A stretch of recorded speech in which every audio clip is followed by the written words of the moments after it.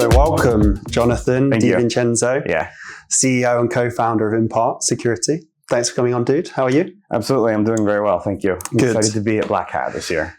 BlackHat, yes. My first time. It's interesting, but it's a good experience so far. You guys have got a first-time booth. Yep, it's our first time having a booth. We're in Startup City, and we're surrounded by actually a lot of friends, and so it's a lot of fun.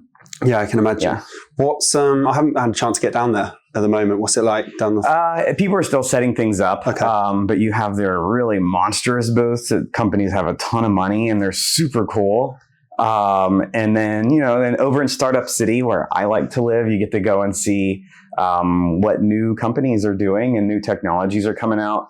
And it's really cool. There's a lot of fun AI stuff. AI is, super buzzy right now. Right. A lot of fun security stuff. And it's actually a really great place to go. Last year, Security City, I actually felt was like kind of the place to be, even above all of the big expensive booths. Yeah, cool. Yeah. Well, let's kick off the podcast. The way I like to do so is just rewind the clock. So if you give the audience an idea of your background and your journey into cybersecurity. Sure. Yeah. So I was a developer for the Wall Street Journal years ago as an engineer. Yep. And I got recruited out actually to work at a startup called Edgecast in streaming media. Yep. Because at the Wall Street Journal, we were doing live streaming video, still kind of new, like for a news organization. And when I got there, I was the first or second product manager. And they were like, cool, like we need to build streaming video. Oh, also build security stuff too. Yeah. And I actually didn't know a whole lot about any of it, but I was super thrilled for the opportunity. And so from New York City, I moved out to Santa Monica. And the founders of that company, Alex Kazarani and James Siegel, got to know them and work with them over the years and years and years. Ended up moving into an executive role towards the end, really focusing on security in a CDN environment. And then we ended up getting acquired by Verizon for, I think, around $400 million, something like that. So after a year or so at Verizon, I met Andrew Peterson, Zane Lackey, and Nick Galbraith at Signal Sciences. Nice. And honestly, just started having conversations with them, going to dinner, and just talking about what they were doing over at Signal Sciences, which was a next-gen WAF. Yeah. So it seemed like a natural progression, kind of going back to like an early company, and I loved it. It was great. Yeah. I mean, when I joined, I don't even think I had a title. I went from like a VP at Verizon, which is like a big company. Yeah, right. Just to Signal Sciences and like, let's start building stuff and figure stuff out. Love it. And I actually thought like, I've been through this before. I'll bring all this experience to Signal Sciences. What I didn't realize was like that the founders of Signal Sciences were awesome. And they just had their stuff together and they went through it like they had a ton of experience, even though, they really didn't. Yeah. So I was there, ended up running product, reporting to Andrew for years and years. It was great. We ended up getting acquired for $825 million from Fastly. It was a great experience back in the CDN world. Felt like I went back actually like 10 years because Fastly and Edgecast were doing very similar things. Sure. And so I was stuck around and worked on integration things for a while. Right. And then one of the things that I wanted to do when I was at Signal Science was build an API security product. And all of the leaders there, they loved it, but were like, let's just still concentrate on the next gen WAF piece. We think we kind of have an API security story there, whether it's like an API endpoint or web forms, right? We protect it. And so we just never really went anywhere with it. After a year at Fastly, it just seemed like the stars were aligning. And I decided to step back and take a couple of months off and think about what I wanted to do. At the same time, Marc Harrison, who was the chief architect at Signal Sciences, he also had left Fastly as well. And so I just called them and said, hey, like, do you want to do an API security company? And he said, yes. And really didn't even think about it. It was just like, sure. And then we kind of got together and we're like, does anyone know what to do? Because when you start from zero, right? Not a lot of people start from zero. You're usually taking over a product or engineering or something.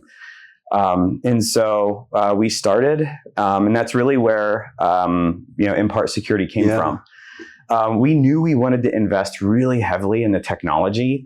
And so we build an agent that we think is awesome. It's based on WebAssembly. It's decentralized. It does all this really cool stuff.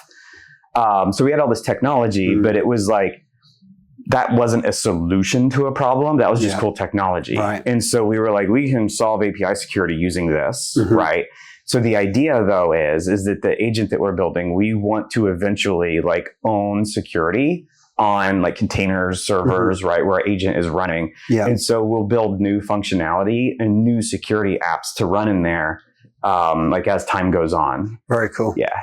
Very cool. I appreciate that. And so the vision, what was the initial vision of Impart and how was that actually changed? Because I can imagine like you're starting from bare bones. Yes. So we didn't even have like a name for the company. I was literally Googling like, what domains can I use to create a word off of like the TLD plus domain? And we ended up landing on imp.art, right? Which is a domain. And we bought it. And then some people were like, that's kind of goofy, like impart, imp.art, kind of goofy.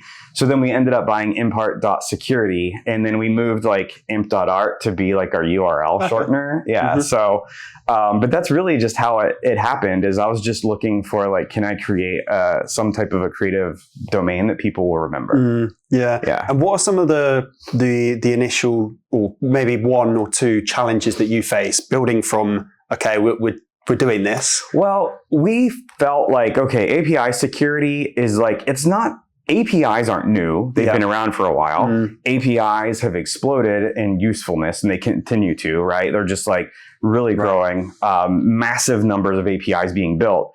And so small security teams are being told like, hey, make sure these aren't problematic. And they're just like, what? Like, there's like, we don't even know where these are. We don't know who's building them. And so I think coming out of YC several years ago, a company was like, hey, we can just look at log files and tell you where your endpoints are. And so that was actually quite useful. And people started to see the necessity in that.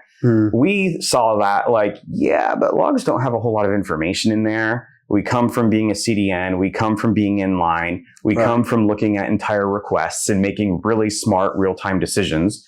And so we were like, what if we build a product that can discover APIs, that can tell you about your APIs, and then can also protect you from malicious activity, like all in a real-time fashion. Very cool. And so that's where the entire idea came from was like, yes, we need to discover these APIs. Security teams need to know where they are. It's a huge pain point. It's huge. Right. But like, it's just not enough. And I think that's really what's like kind of lit API security on fire as far as in the markets. Everyone needed to discover them. Right. But what happened next was really never defined. And so we were like, we know how to manage like requests, right? We know how to like detect malicious activity. And so we wanted to kind of build this like super API security product. Super cool. And leading on to you guys then, so what makes you different? Because there's a lot of API companies in the market, right? What's your kind of key differentiator from the others? So there's several things, but as I mentioned earlier, we built our technology using WebAssembly, which allows us to really have specific programmatic, like logical rules inside of our product. Previously at every company I've ever worked at, we would call these like an advanced rule set, but it was escaped away from the actual customer because it was too hard to build. So you had to work with like a professional services engagement or something. So what we did is we actually allow both like services on our side and the customer, if they're like a very sophisticated security organization, they can actually write rules in assembly script that gets compiled down into WebAssembly. And like they can do it all right there in the product. So they can build like their own security apps, like running in our own product. Nice. And so that really takes us from like just solving API security to now you can do things like WAF. You can move things into like container security and do scanning. Our agent also does eBPF. And so we just have like a ton of visibility into what's happening on systems now. Great. And what's the story behind first customer? Yeah. So it was a long time coming. Getting your first customer is really hard. Yeah. A lot of times your first customers come from like, I don't know, maybe grandma has a shop somewhere, right? And like that, you know, that's something, it really is. But like your first customer where you go from like, we don't really have any professional ties to actually closing them is really challenging. And I think every book and every advisor out there will tell you, oh yeah, it's so hard. But I still think they understate like how hard it actually is, like to start closing deals as a small company. So we actually did not spend a lot of money in marketing. I'm coming to BlackHat this year. It's the most money we've ever spent, which is still a fraction of what real, you know, people usually spend. So a year ago at BlackHat, we didn't have any money. And so we actually just hit up one of the co-founders of Signal Sciences and was like, you know, you're coming here, you're going to have a cabana rented out at Mandalay Bay. Can we just hijack it and like have some prospects come? Cause like we have no money. We can't really do anything other than that. And he was like, absolutely. And so I don't think he realized that we were going to show up like in force. And we invited like one of our large prospects that we've been talking to, which is a very large sports betting company. You see their logo all over Vegas. And they came and like, I think there was like 7 of them that came and we were like, drinks and food on our friend over here that's not connected to our company at all. Right. But honestly, I think it just like allowed everyone to like relax, get out of the hustle and bustle of things, sit down, like have a little bit of food, cool off with some drinks and just start talking about the problems that they're having and the problems that we're solving. And we just started to build relationships. And then it was months later, but we ended up closing like a several $100,000 deal. And that was like the first real customer that we got. So we went from like 0 to like, you know, $250,000 in ARR in like months, right? What story? Yeah. That's cool. So, the first true customer you say, that must have been a great feeling for you guys. It is. And honestly, I don't think we could have picked someone better. And I think it was just again, the stars aligned. Maybe you can even call it luck. But like been a great partner. They love working with us. We love working with them. That's awesome. That's super awesome. Okay, nice. That's really cool. And then you guys here at BlackHat this week, is there any announcements coming up? Any features?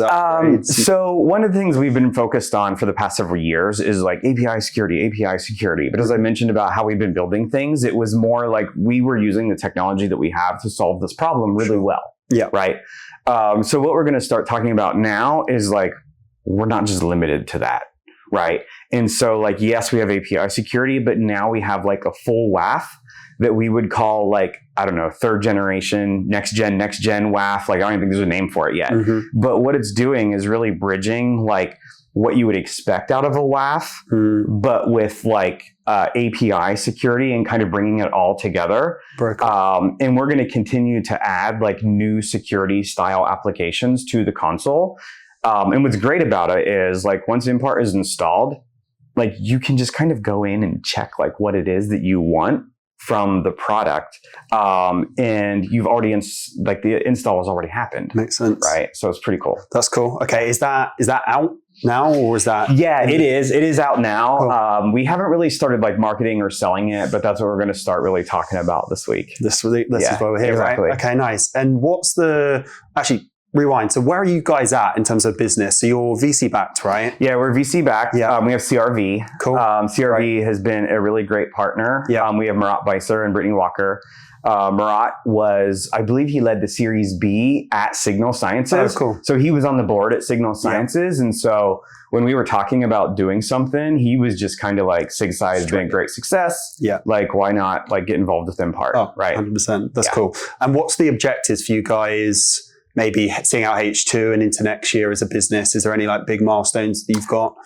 So we are really focused on bringing in customers right now. This has been the first year that we've been doing that. Cool. You know, previously it was like a product was really in deep development. Sure. And we filed 5 or 6 patents. Like we were just doing a lot of it just wasn't at the point where we could bring on customers. Yeah. So this year we really started to bring on customers, and we want to continue to do that. Yeah. Our goal is to sail past like some milestones so that we can go back and raise again. Nice. We've been super capital efficient, and that was on purpose. Yeah. And I think every company kind of had to decide what they were going to do. The last 24 months has been a little bit unknown about what the capital markets were going to do. Sure. And so we were a little bit like, we're not going to hire people right now. This is the team that we have. Smart. We're going to go to market with the team that we have. And we're literally going to just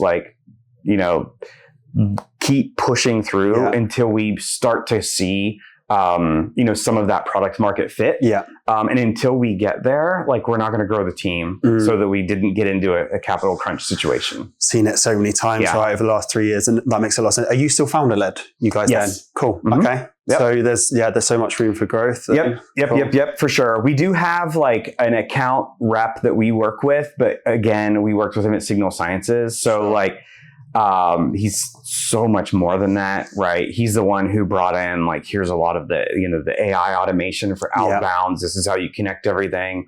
All the tools that I've never even heard of before, right? Or second nature. That's crazy now. Yeah. And so even though we weren't ready to sell, we were this guy is going to help us understand it, right? The whole process. And but we are still very much, Brian Joe is our chief product officer. Yeah. And myself. And then, we have a sales rep, Max, who we're the ones that are really kind of customer facing right now. And future looking then. So how do you see the space playing out over the next couple of years, specifically to API security, and how does AI come into that as well? API security is 100% going to get gobbled up in bigger stuff. Okay. And I think you're already starting to see that, right? Some of the cloud security providers are starting to get into that as well. We expected that to happen. There was kind of a large acquisition back in April or so, large-ish. No Name Security was acquired by Akamai. Yeah. We always thought that No Name's exit was going to be for a CDN. We came from CDN. We knew somewhat of what they had. And I was like, this is kind of where they need to go. They don't really have a play in the enforcement space, which is one of our specialties. Okay. Cool. And so when that played out how we expected, that gave us a little bit of confidence that we kind of understand what's happening in the market here, right? And so that's why we do API security, absolutely, but our specialty is way more on the actual protection piece, the enforcement piece, right? And so we think that there's going to continue to be a lot of these different kind of piecemeal offerings like API security, like WAF, that are going to be pulled into a platform. Yeah. And the platform play is what we're really interested in. Right. It's interesting, isn't it? I know it's the in topic right now, right? Yep. So it's going to be interesting. And for our, prospects and our customers, really, it allows a consolidation play as well, where you don't need a vendor for this or a vendor for that or a vendor for this, right? If you have a platform that can do it all, but do it really well, right? There are a lot of companies out there that are just kind of piecemealing things together. We don't want to do that. So we will take our time to make sure that everything that we release is really well integrated. Nice. But I do think the platform and consolidation play is what is going to be really popular for the next several years. I like the approach. Mm-hmm. And to just kind of sum everything up, you've been on a great journey the last 3 years. I can imagine there's a lot of learnings. Yeah. If you had to summarize that into one learning for a professional that wants to start their own cybersecurity vendor, what's that learning going to be? What advice are you giving that person? I would say you do not know as much as you think you do. Because when you start a company, you go from I am VP or product manager at Google to now you're a BDR, right? Which is a 24-year-old out of college. Yeah. Right. And that's your job. And it's and so you have to be willing to do it. You have to have enough humility to know that my job now is to keep this ship afloat. And if that means I'm going to be a janitor today, then you're a janitor today. And you have to really be ready for that.